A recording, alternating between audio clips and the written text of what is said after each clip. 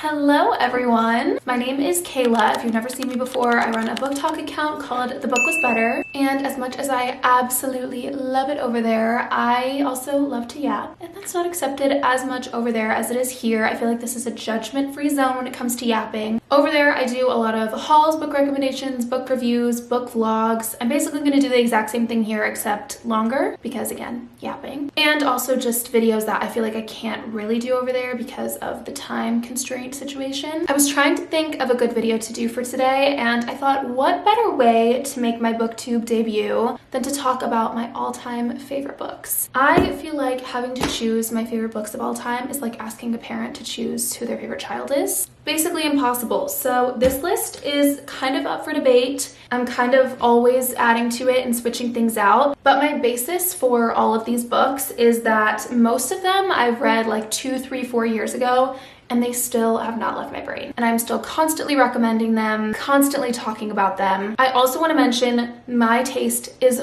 all over the board. There's basically no rhyme or reason with this list. The genres are all over the place. So without further ado, let's get into it. We're gonna start out with one that I feel like just deserves so much more hype than it is ever given. That is The Great Alone by Kristen Hanna. I feel like Kristen Hanna is very misunderstood. I think when a lot of people think Kristen Hanna, they think like 50-year-old moms. And listen, I can understand that because the cover is very much giving a book that has sat on my parents' mantle for like 25 years. But the stories are just so good. This book is actually the reason why I started my book talk account. This book takes place in the 70s, and it is about a young girl named Lenny whose dad has really bad PTSD from the war, and so she and her parents end up moving to the Alaskan wilderness. And we're not talking like Anchorage, like a major city. We're talking middle of nowhere, in the middle of the woods. They have an outhouse type wilderness, okay? Obviously this is a major culture shock for she and her family, and she really has to do a lot of adjusting as a teenage girl, trying to make new friends, going to a new school where there's like 10 people in her class, and also dealing with, again, her dad's PTSD, her mom's going through a lot. This book is very much like a coming of age family story, but it also has some like The Shining kind of vibes in there, and there's also some love mixed in there. But listen, I'm not a big romance person, so it's not like romance is like on the forefront. It's just kind of like an undertone within the story. Don't let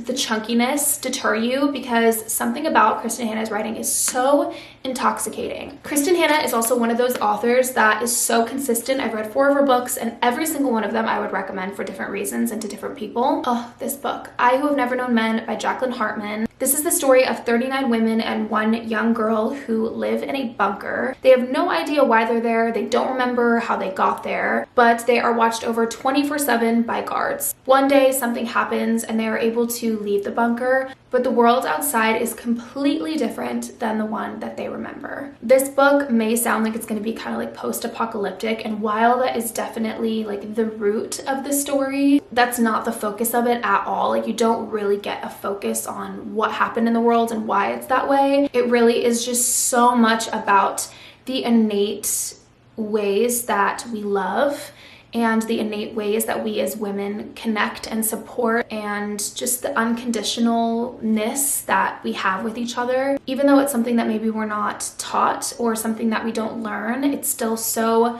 innate and just natural for us to be that way to each other. This is just a book that I will never forget, one that I know I will constantly come back to. This book is absolute perfection, but the last like 20 pages of this book really left such a mark on me. I love this book so much.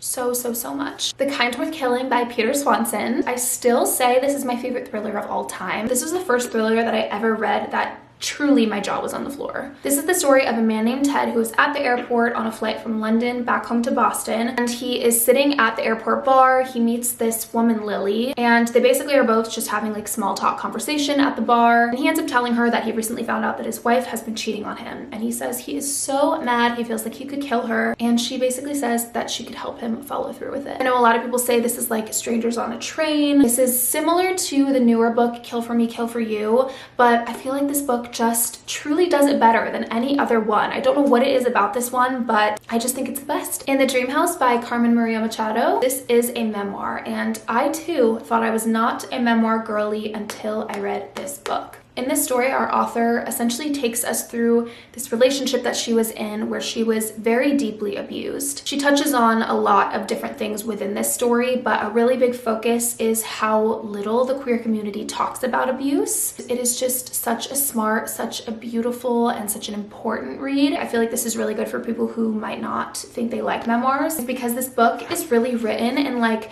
little excerpts, kind of like diary entries. And so it's really easy to get through. It's really easy to digest, even though it is a heavier topic. I love the concept of this story that, you know, the dream house with the white picket fence, it might look absolutely perfect from the outside, but what is going on inside is much darker and not as dreamy and not as perfect at all. And she just really does such an amazing job at making that connection. Everyone in This Room Will Someday Be Dead by Emily Austen. This is the story of a queer 27-year-old anxious person named Gilda who gets a job working as a receptionist at a Catholic church. Once she gets her job at the church, she realizes that she's taking over this woman's job who had passed away. And when she begins to open up this woman's email, she starts kind of sifting through her messages with one of her friends. And because she feels so sad that this friend doesn't know that this woman had passed away and she doesn't want to be the one to have to tell her, she essentially continues to email the best friend as if she were this other woman and as if the woman was still alive. Gilda has such a weird relationship with death. She is constantly thinking about the meaning of life and why we're all here and why we do what we do. And that's why I found this book just so incredibly relatable. I am turning 27 in like a month and a half, and I feel like I'm constantly having those existential thoughts. And this book just felt like a really big hug to me. Gilda felt like a friend to me. As soon as I put this book down, I wanted to open it back up and revisit with her. It feels like home to me. It feels like a part of me. Another one that I will definitely come back to. And even though this is the only book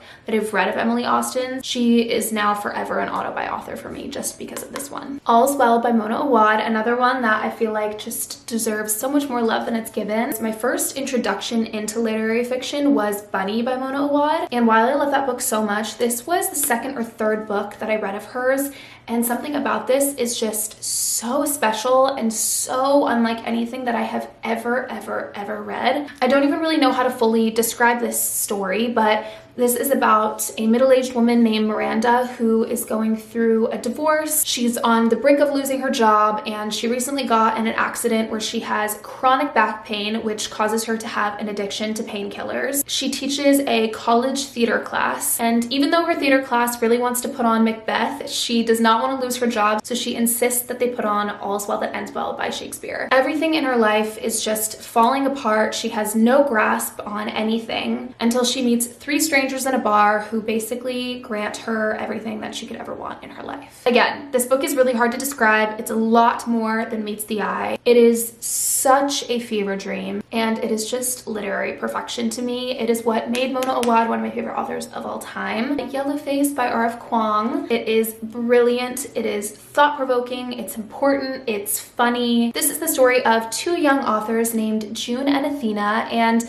they are somewhat friends, but also somewhat like rivals. Athena is Asian American, and she is becoming a lot more successful than June is. She's getting all of these crazy book deals and all of this attention from everywhere, and June is just kind of struggling and like trudging along. One day, Athena tragically passes away, and June steals one of Athena's unpublished manuscripts and publishes it as her own. This book is obviously satirical and you want to hate June. I personally love an unlikable narrator. She's very morally gray. This book touches on privilege, cancel culture, the problems within the publishing industry, the problems within social media, and the lengths that people will go to be in the spotlight and to be successful. It honestly just touches on like all of the problems within today's society, which makes it funny and makes it like relatable in those ways. I honestly wish that there was a second book to this. Like I did not want this story or these characters to end. All right, and that wraps up my all-time favorite books.